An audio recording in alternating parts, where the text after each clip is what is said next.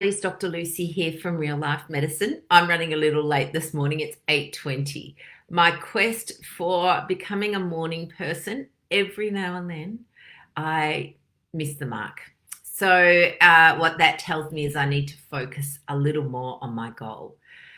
So today, today we're talking about food blocks, thought blocks, weight blocks, whatever you want to call them, but they are things that are going on in your head that will stop you losing weight. So, yesterday we talked about the idea that um, people struggle with food wastage. So, rather than throwing it out, they will eat it. So, you'll remember my thought is around that your body is not a bin. The thing about this is it comes with all sorts of food blocks. Like it can be even a cake, some old cheap cake that you still don't want to waste. So it's not even necessarily throwing out good food. It works even for dud food. And good morning, Bronwyn and Susan. Yes, you caught me. You caught me because I'm running late, but that's okay. I'm working on that concept and I will do better. Cheryl, well, you will see I'm running late for you this morning, so I will see you soon. One of the other thoughts, so the thought we have on food wastage, it is so strong in our brain.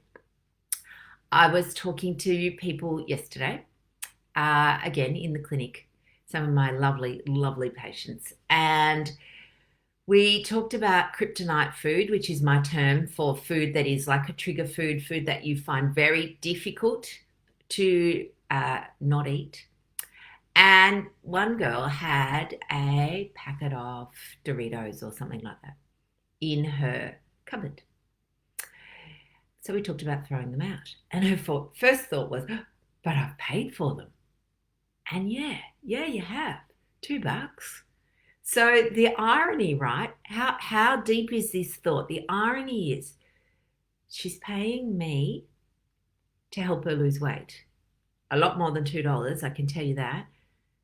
But yet that concept, that deep seated belief that you don't want to throw something out you've paid for, it's so intense. She found it really hard. We worked a lot on it, a lot, I'm telling you, to go home and throw those out. And she did.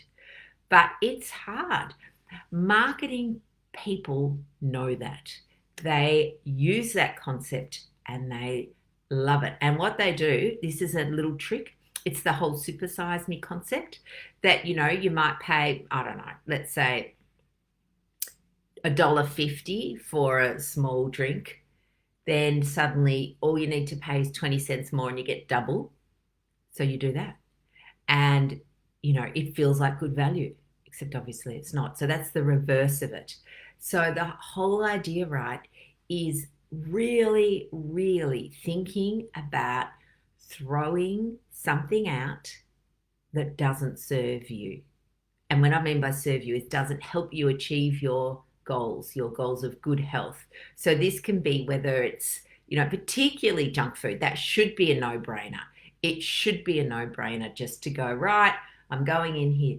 But you know what people do? And this is really interesting. Rather than put it in the bin, they'll give it to someone else. And again, I'm okay with that because my duty is to my patient. Okay, so my duty is to you and say, all right, if that's the best you can do, I'm happy with that. But honestly, it's really about thinking, particularly this processed food, it's not food. Think of it as, I don't know, whatever word resonates with you. So for me, kryptonite, I think of kryptonite. You all know Superman. Superman lost his powers when he came in contact with kryptonite. That's what happens to me. I lose my power when I come into contact with highly processed, sugary, in particular for me, sugary food. So they're my kryptonite. So think about food. And look, in fact, I'm going to even clarify it. Think about food like products. So things masquerading as food and use that as your idea that this is unhelpful. You can then go, right, this isn't food.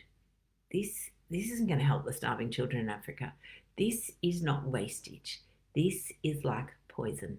Okay, whatever word, poison might be too hard for you. For me, it's kryptonite. This is a really unhelpful product. If I'm worried that I'm going to eat it, into the bin it goes. And in fact, even more than that, it usually goes into the sink first, covered in water, because then it's truly gone, truly. So have a little think about that. Oh, Susan's putting in compost. Again, compost is a good one. And chickens, if you've got chickens, this is for excess food. You can use chickens. But honestly, in your mind, the first thing to do is separate real food and food-like products. The food-like products should be a no-brainer.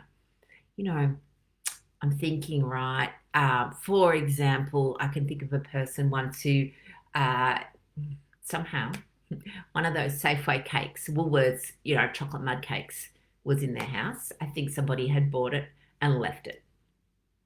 Bought it for afternoon tea kindly I'm saying, and then left it. And her thing was, well, I don't want to throw it out. It's like, yeah, you do. There is nothing good in that. So any rubbish food, any food-like products, no brainer, into the rubbish or the compost, because you know what, ladies and gents, your body is not a bin. Over and out. I've got to run. See you soon, sweets. Bye now.